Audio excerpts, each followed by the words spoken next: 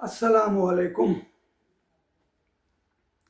21 جولائی 2006 کو بمبئی میں ایک لوکل ٹرین میں 7 بم کے دھماکے ہوئے۔ تقریباً 187 لوگ جاں بحق ہوئے اور 750 کے قریب زخمی ہوئے۔ پورے انڈیا میں ادھم مچ گیا اور جو ان کا معمول ہے اس کے حساب سے جو ہے وہ دہشت گرد گرفتار ہو گئے۔ گرفتار ہونے والے جو 12 لوگ تھے سب مسلمان تھے۔ 12 سب مرد تھے۔ ان میں ایک ڈاکٹر تھا، انجینئر تھا، دکاندار تھے، پڑھے لکھے لوگ تھے۔ اسپیشل عدالت بنائی گئی جسے مکوکا کورٹ، مکوکا کورٹ شاید ہندی کا لفظ ہے یا انگلش کا، مجھے نہیں معلوم۔ 9 سال اس میں مقدمہ چلا ان پر۔ 9 سال میں 44,500 صفحات پر اس کی کارروائی قلم بند کی گئی، اور جب فیصلہ لکھا گیا تو 2,000 صفحات پر اس کا فیصلہ لکھا گیا تھا۔ اس فیصلے میں 5 افراد کو پھانسی کی سزا دی اور باقی 7 کو عمر قید کی سزا۔ اس کے بعد جو ہے وہ اپنے بمبئی کا جو پولیس کمشنر تھا یا بہت بڑا آفیسر تھا، اس نے جو ہے اس دوران بہت مرتبہ وہ عوام کے سامنے، پریس کے سامنے آتا رہا، اور انہوں نے بتایا یہ سارے کے سارے دہشت گرد، یہ وہی کارروائی ہے جو ہر معاملے پر پاکستان کے خلاف ان کے لفظ ہوتے ہیں، کہ یہ سب جو ہے یہ ISI نے پلان کیا تھا اور لشکر طیبہ نے ان کی ٹریننگ دی، اور اس شہر کا نام بھی لکھ دیا کہ بہاولپور میں ان کی ٹریننگ کی گئی تھی نا۔ پوری دنیا میں مسلمانوں کے خلاف نفرت کا طوفان اٹھ گیا۔ یہ جو 12 لوگ گرفتار کیے گئے، اندازہ لگائیے 19 سال تک یہ لوگ جیل میں رہے ہیں، 2006 سے بغیر ضمانت کے، 2006 سے لے کر 2025 تک۔ ان کے گھر والوں کو اس انڈیا میں جہاں مسلمانوں کے خلاف نفرت ہے، اس وقت تو بہت زیادہ ہوئی ہوگی جب ہنگامے ہوئے اور انہیں دہشت گرد کر کے ان کو گرفتار کر لیا گیا، تو ان پر کیا گزری ہوگی نا۔ جب کورٹ کا فیصلہ آیا تو وہ فیصلہ 2,000 صفحات پہ لکھا ہوا تھا، اور اس پولیس کمشنر نے بتایا تھا کہ اتنے شاطر ہیں یہ لوگ، ISI نے اس طرح ان کی ٹریننگ کی ہے کہ ان سے سچ اگلوانا بہت ناممکن تھا۔ یہ ہمارا ہی کمال ہے کہ ہم نے سچ اگلوا لیا ان کو۔ 9 سال بعد 2015 میں 2,000 صفحے کا فیصلہ لکھا گیا، جس میں ان 5 کو پھانسی دی گئی اور باقی 7 کو عمر قید کی سزا دی گئی۔ یہ کارروائی 44,500 صفحات پہ قلم بند ہے، کورٹ میں محفوظ ہے ابھی۔ جن کو سزا ہوئی تھی وہ بمبئی ہائی کورٹ میں یہ فیصلہ لے گئے، چیلنج کر دیا اس کو۔ اندازہ لگائیے 2015 سے لے کر اب تک نا کیس چلا۔ اب جولائی میں، اس میں جنوری میں کیس بند ہو گیا تھا، یعنی تمام دلائل جو ہے مکمل ہو گئے تھے۔ اب جنوری سے لے کر اور جولائی تک 7 مہینے تک ججوں نے یہ فیصلہ لکھا ہے، اور جب انہوں نے بھی فیصلہ لکھا تو 760 صفحوں پر یہ فیصلہ ہے۔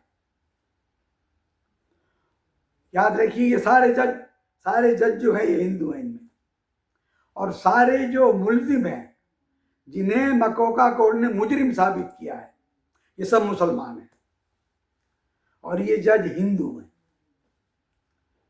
پوری حکومت ان کی پشت پر تھی جس کورٹ نے فیصلہ کیا، اور پوری حکومت ان کے خلاف تھی، اور آج جو حکومت ہے وہ تو کتنی خلاف ہوگی، مگر آفرین ہے ان ججوں کو جنہوں نے ہر کیا کہنا چاہیے کہ ہر پریشر جو ہے وہ برداشت کیا، مگر فیصلہ اللہ اکبر اپنے منصب کی عزت کو بحال رکھتے ہوئے دیا۔ انہوں نے کہا کہ 760 صفحات پر جو فیصلہ لکھا ہے اس میں انہوں نے کہا کہ 44,500 جو صفحات ہیں جو مکوکا کورٹ نے ساری کارروائی کی ہے، اپنے جو ہے گواہیاں لی ہیں، اور ثابت کرنے کی کوشش کی ہے، یہ سب ہم نے پڑھے. ان میں ایک پوائنٹ بھی کوئی ایسا نہیں ہے جو ان 12 افراد کو، جن میں سے 5 کو انہوں نے پھانسی دی اور 7 کو قید کی عمر قید کی سزا دی، جو یہ ثابت کر سکے کہ ان کو پھانسی ہونی چاہیے یا ان کو عمر قید کی سزا ہونی چاہیے. آج یہ سب دلائل باطل ہیں. جو کچھ ہم نے سنا ہے اس بنیاد پر یہ سب بے گناہ ہیں. ان کی پھانسی کی سزا بھی کالعدم ہو گئی، ان کی عمر قید کی سزا بھی کالعدم ہو گئی. اور اللہ اکبر، ہندوستان کی نہیں بر صغیر کی جو کیا کہنا چاہیے عدالتی کارروائی ہوگی، ان ججوں کا نام سر فہرست لکھا جائے گا.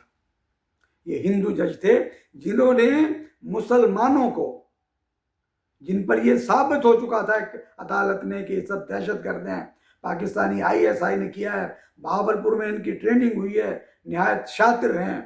44,500 صفحات کی رپورٹ کو انہوں نے 2 ججوں نے ردی کی ٹوکری میں پھینک کر یہ فیصلہ لکھ دیا کہ یہ آزاد ہیں، ان کا کوئی گناہ نہیں ہے، نہ یہ دہشت گرد ہیں، نہ یہ کوئی کرمنل ہے.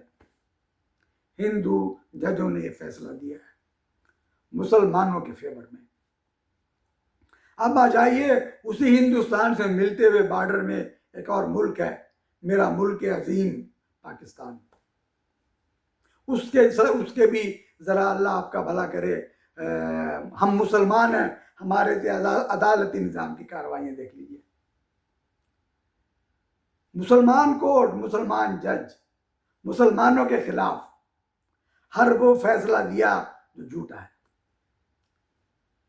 اور اسی بنا پر ان ججوں کے لیے یہ اللہ کا دیا ہوا تحفہ ان کے نام لکھا گیا ہے، جنہوں نے یہ سب فیصلے کیے اپنے ضمیر کے خلاف، اگر ضمیر تھا ان میں تو. ورنہ لگتا ہے یہ ایسے فیصلے بے ضمیر لوگ دے سکتے ہیں، کوئی صاحب ضمیر نہیں دے سکتا. صاحب ضمیر ہیں تو وہ ہندو ججز ہیں جنہوں نے قانون کا لحاظ کیا، اپنے منصب کا لحاظ کیا، اور ان مسلمانوں کو بری کیا جنہیں دہشت گرد کورٹ مجرم قرار دے چکی ہے. ہمارے یہاں دہشت گرد کورٹ تو کیا، ملٹری کورٹ کے جو فیصلے ہیں یہ سب جج مان رہے ہیں نا جی. ان ججوں کے لیے ان کا فیصلہ، ان کا اعزاز، ان کا اکرام اللہ کبھی ضائع نہیں کرے گا. وہ ان کے اور ان کے اللہ کے درمیان ہے. ہم مسلمان ہیں، یہ ججز بھی مسلمان ہیں. وہ چیف جسٹس جسے اس جواز نے کہا تھا کہ لعنت ہو تم پر، 2 دفعہ کہا تھا، وہ واقعی لعنت کا مستحق تھا. اور اس کے ساتھ اس کے بعد بھی جو ججز اب بھی سپریم کورٹ کا جو نام نہاد ججز بنا ہوا ہے، ان کے لیے لکھ لیجئے اللہ سبحانہ و تعالیٰ نے قرآن میں فرمایا وَمَن يُهِنِ اللَّهُ فَمَا لَهُ مِن مُكْرِمٍ، جسے اللہ ذلیل کر دے اسے صاحب اکرام، صاحب عزت کوئی بھی نہیں کر سکتا. اور میرے بھائیوں، میرے عزیزوں، جہاں بھی اللہ نے یہ لفظ استعمال کیا وہاں بتایا ہے کہ میں کسی کو ذلیل نہیں کرتا. ہر کوئی ذلیل اپنے اعمال کی وجہ سے ہوتا ہے. جب وہ سپریم کورٹ کا جج جسے اس جوان نے کہا تھا، کروڑوں پاکستانیوں نے اور میرے خیال دنیا میں پھیلے ہوئے اور کروڑوں اردو اپنے بولنے والوں نے وہ لفظ اس کی زبان سے سنے، لعنت، تمہارا نام قائدی سا ہے. اس نے کہا کیا؟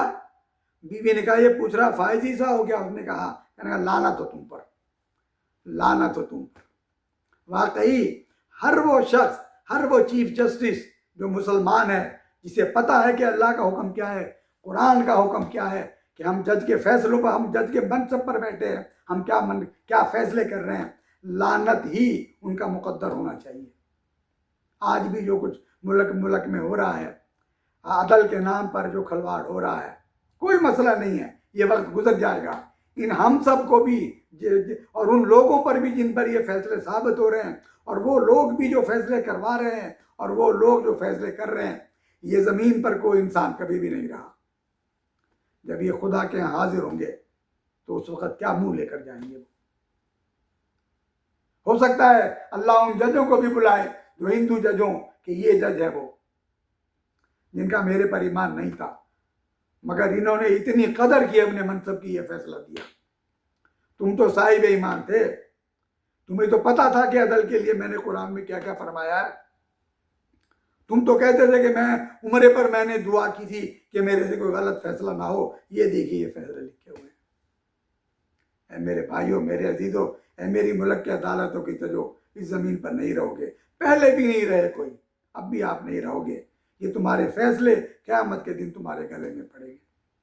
وَمَن يُهِنِ اللَّهُ فَمَا لَهُ مِن مُكْرِمٍ، جسے اللہ ذلیل کرے اسے صاحب عزت کوئی نہیں کر سکتا، اور اللہ انہیں ذلیل کرتا ہے جو ذلیل ہونے کے قابل ہوتے ہیں، اسی لیے وہ ذلیل ہوتے ہیں۔